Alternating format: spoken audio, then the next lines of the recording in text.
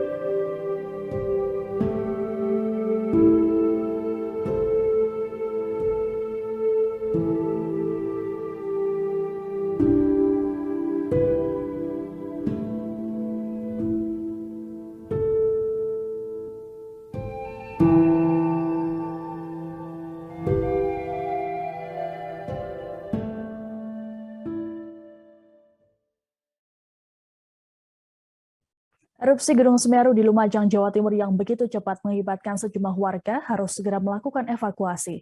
Naas, beberapa warga tak sempat menyelamatkan diri, termasuk para penambang pasir.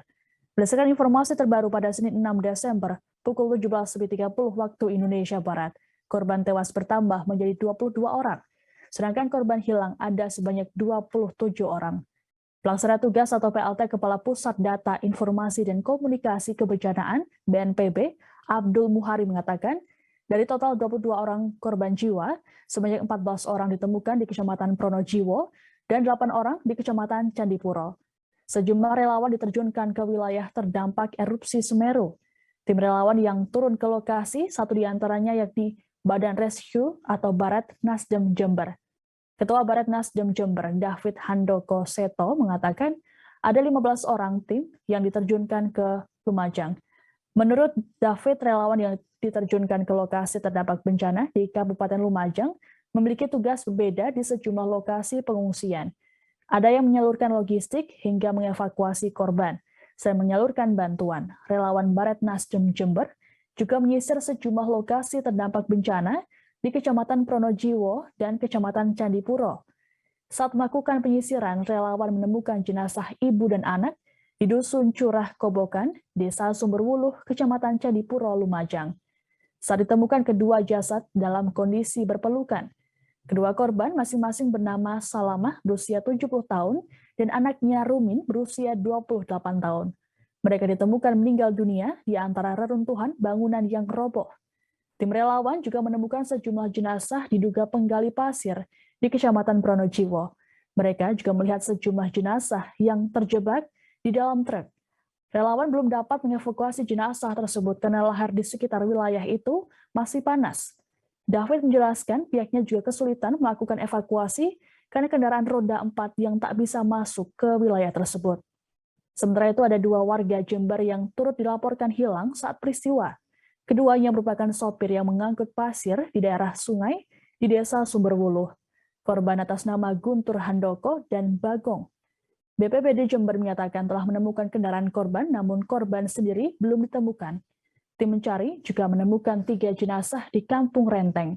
2 diantaranya merupakan anak-anak. Terkait dengan proses pencarian korban, relawan mengatakan bahwa saat kegiatan berlangsung, mereka sempat berlarian dari lokasi. Hal ini untuk menghindari erupsi Gunung Semeru. Padahal di saat yang bersamaan, para relawan berupaya mengangkat jenazah korban.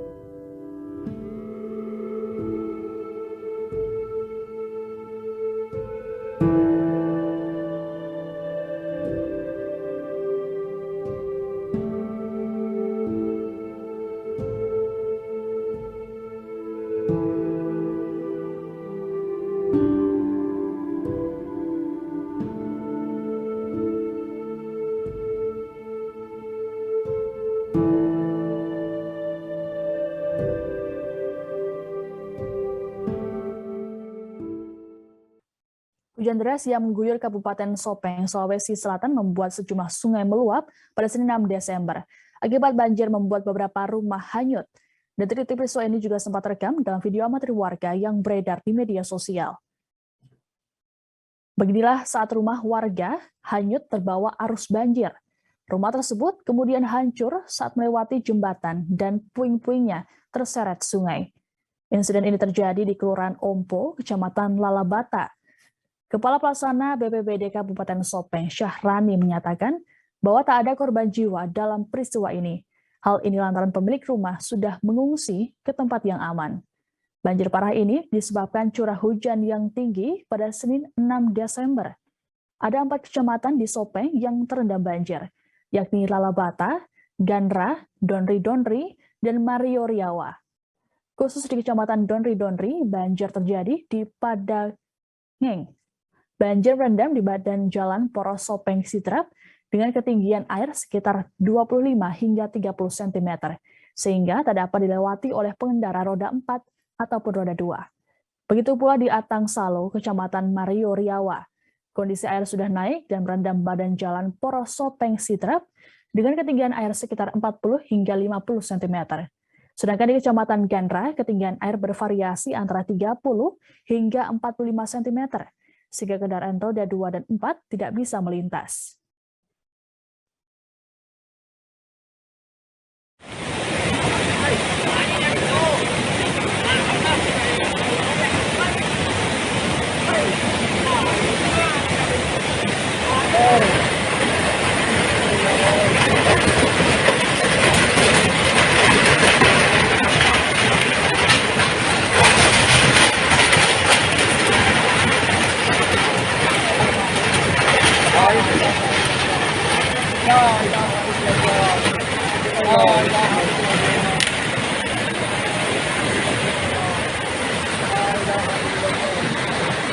La ilaha illallah.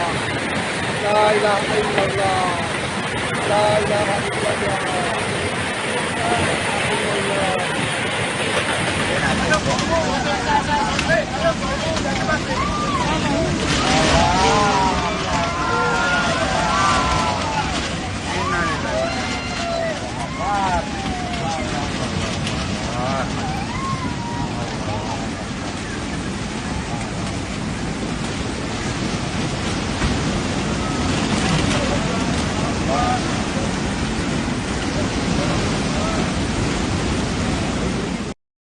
Kesorotan lainnya, Tribuners, pelaku pemeran video porno di Bandara Yogyakarta International Airport atau YIA bakal menjalani pemeriksaan kejiwaan.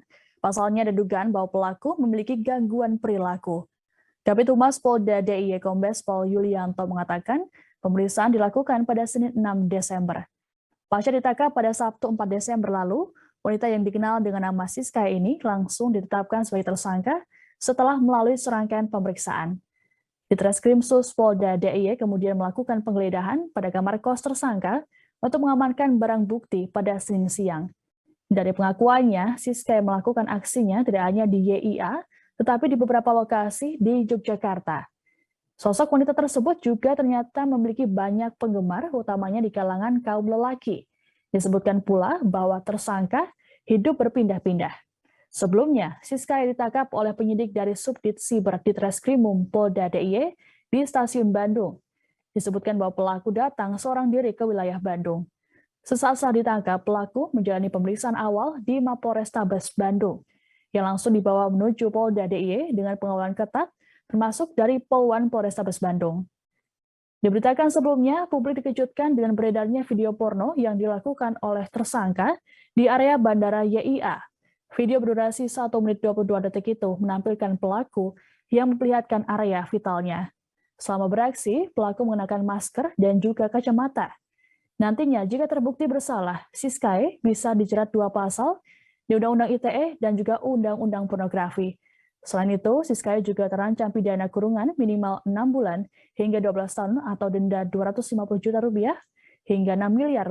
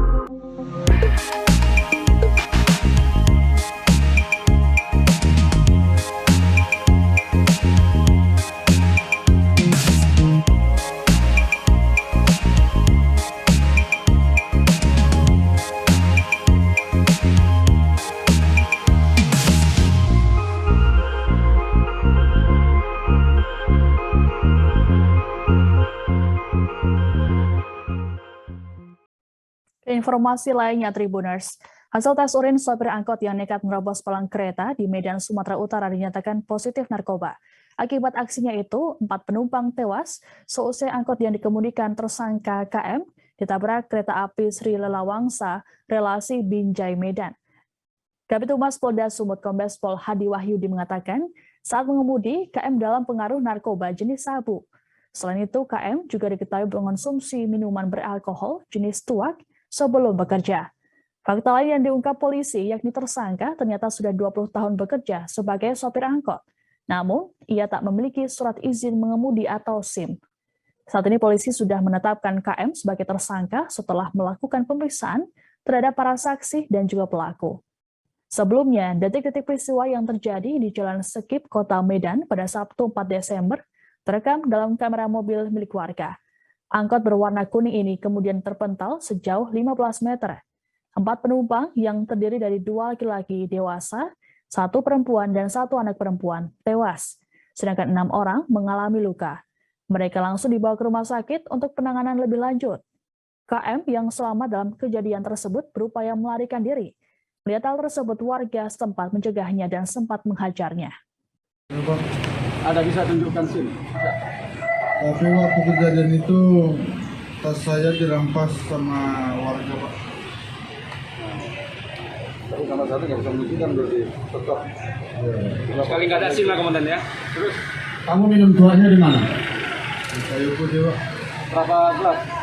1 gelas. 1 gelas apa 1 teko? 1 gelas apa 1 teko? 1 gelas. 1 gelas mana mabuk? Udah berkeluarga? Sudah, Pak. Berapa anak? 2. 2. Kamu tahu nggak berapa yang meninggal? Kurang tahu, Pak. Kenapa niat mau nerobos palang pintu? Sadar nggak waktu itu? Sadar? Sadar, Pak. Kenapa kau terobos? Saya melihat ke kanan aja, ke kiri nggak menengok gitu, Pak. Tapi kan palang pintunya sudah turun. Kenapa itu udah terobos? Banyak kendaraan yang udah berhenti pada saat itu. Kenapa kau terobos? Ya, entah apalah yang bisa dalam pikiran masuk kayak gitu, Pak. Kejar setoran ya. Kau mau kejar mau main TikTok? Pak.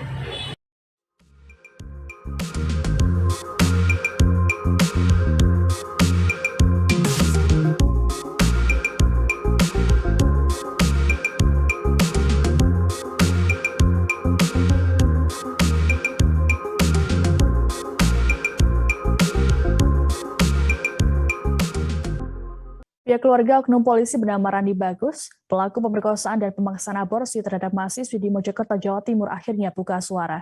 Dalam nyataannya, pihak keluarga yang diwakili oleh ayah Randi, yakni Niryono, mengatakan bahwa hubungan tersangka dengan korban sudah serius. Tak hanya itu, keduanya bahkan disebut oleh Niryono berencana menuju ke jenjang pernikahan. Terkait hal ini, Niryono menambahkan bahwa dirinya sempat melayat ke rumah korban NW di wilayah Soko, Kabupaten Mojokerto. Niryono berujar kedua keluarga sudah bertemu dan membahas pernikahan. Namun saat ditanya soal rencana pelaksanaan pernikahan Randi dan NW, Niryono hanya terdiam. Ia justru meminta media untuk menanyakan hal tersebut kepada Randi. Pihaknya menyampaikan semua yang beredar di media sosial tidak sepenuhnya benar. Ia membantah bahwa pihak keluarga tidak bertanggung jawab atas kehamilan NW. Terkait hal ini, Niryono menyampaikan permohonan maaf dan belasungkawa kepada keluarga NW. Sebelumnya, Randi Bagus juga telah ditetapkan jadi tersangka dan ditahan di Polres Mojokerto. Wakapolda Jawa Timur Brigjen Pol Slamet Hadi Supraptoyo dalam konferensi pers pada Sabtu 4 Desember malam menyatakan bahwa tersangka sudah memenuhi unsur untuk mendapat pemecatan. Tersangka telah melanggar ketentuan yang diatur dalam Perkap nomor 14 tahun 2011 tentang Kode Etik pasal 7 dan 11. Terkait dengan hukum pidana, polisi menjerat tersangka dengan pasal 348 KUHP Junto 55 tentang perbuatan sengaja menggugurkan kandungan atau mematikan janin dengan hukuman 5 tahun penjara.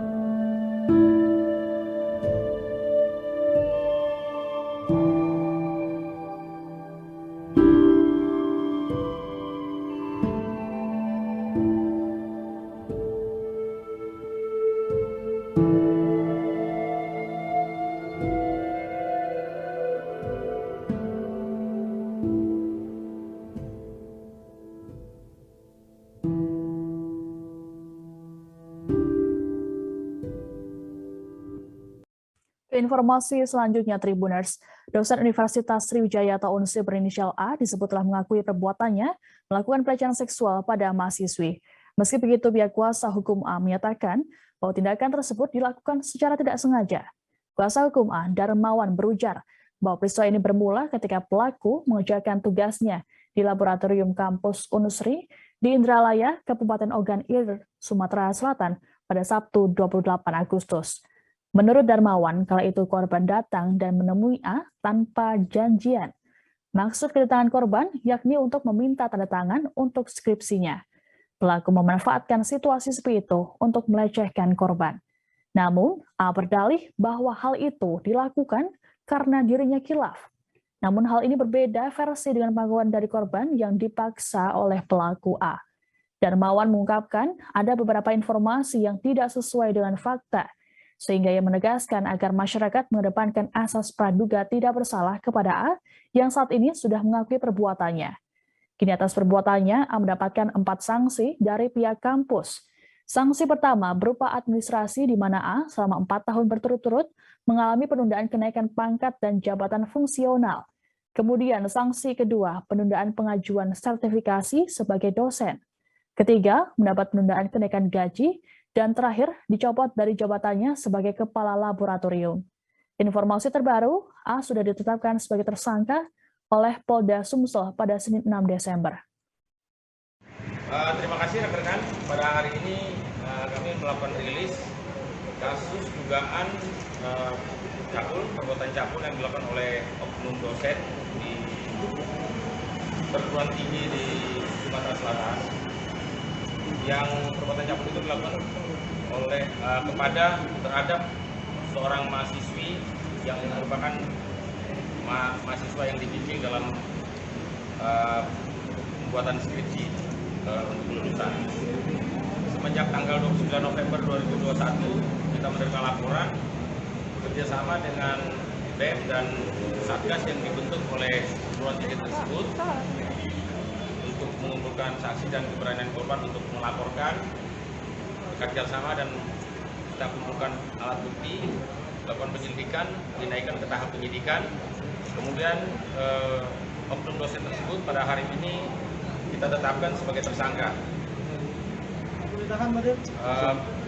Apakah ditahan, Pak Dir? Yang dikumpulkan adalah merupakan baju dari korban, kemudian pakaian dalam, kemudian beberapa barang bukti lain.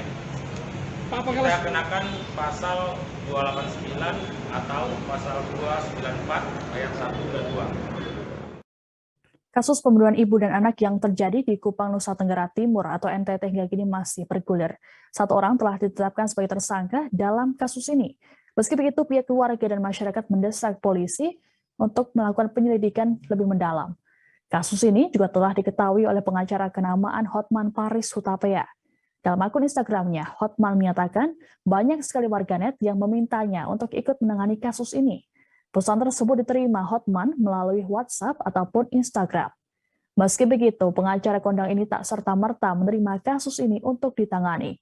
Yang mengatakan perlu waktu baginya untuk mengumpulkan data tambahan sebelum memutuskan untuk memberikan bantuan hukum. Sementara itu, dalam konferensi pers pada Senin 6 Desember, Polda NTT menyatakan terkait kasus pembunuhan yang menimpa Astri Manafe berusia 30 tahun dan anaknya Lail Makabe berusia 1 tahun. Pihaknya mengamankan 34 barang bukti. Barang bukti tersebut diantaranya adalah pakaian korban, rambut, sekop, hingga linggis. Sementara total saksi yang diperiksa yakni sebanyak 25 orang.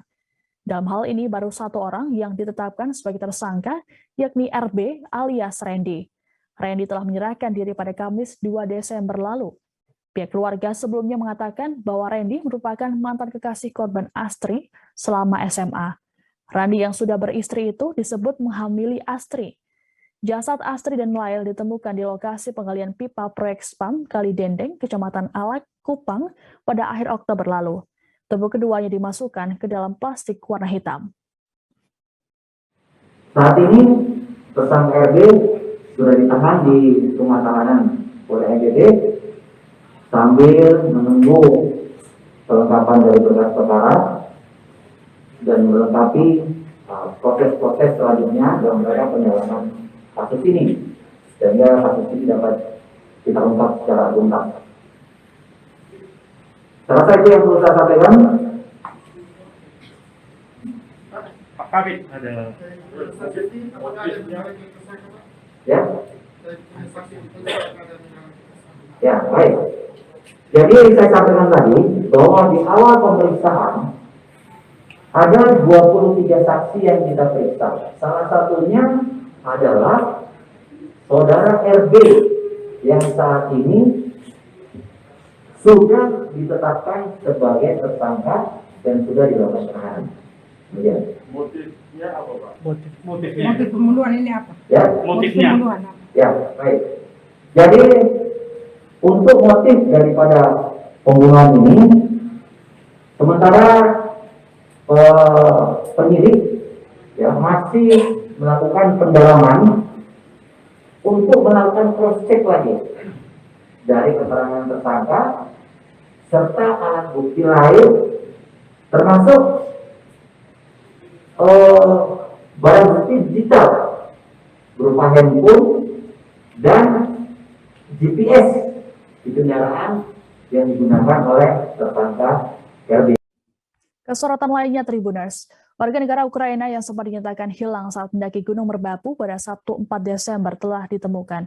Pria bernama Nikolai itu diketahui datang bersama 2 rekannya sesama warga Ukraina. Ketiganya sepakat mendaki Gunung Merbabu dalam rangka berlibur karena dinilai rutenya mudah. Diketahui pula bahwa ketiganya mendaki secara ilegal karena jalur pendakian yang masih ditutup. Menurut Kepala Tata Usaha BTNGMB, Johan Setiawan, para WNA ini merupakan mekanik helikopter di Semarang, Jawa Tengah. Mereka mencari informasi melalui internet dan memilih mendaki lewat Selo Boyolali. Ketiganya kini kemudian diarahkan ke imigrasi di Semarang dan tidak dikenai pidana. Terlebih ketiganya hanya bisa berbahasa Rusia dan tak ada penerjemah. Nikolai diduga terpisah dari dua rekannya saat turun gunung. Ia baru ditemukan oleh tim SAR pada Minggu 5 Desember dini hari.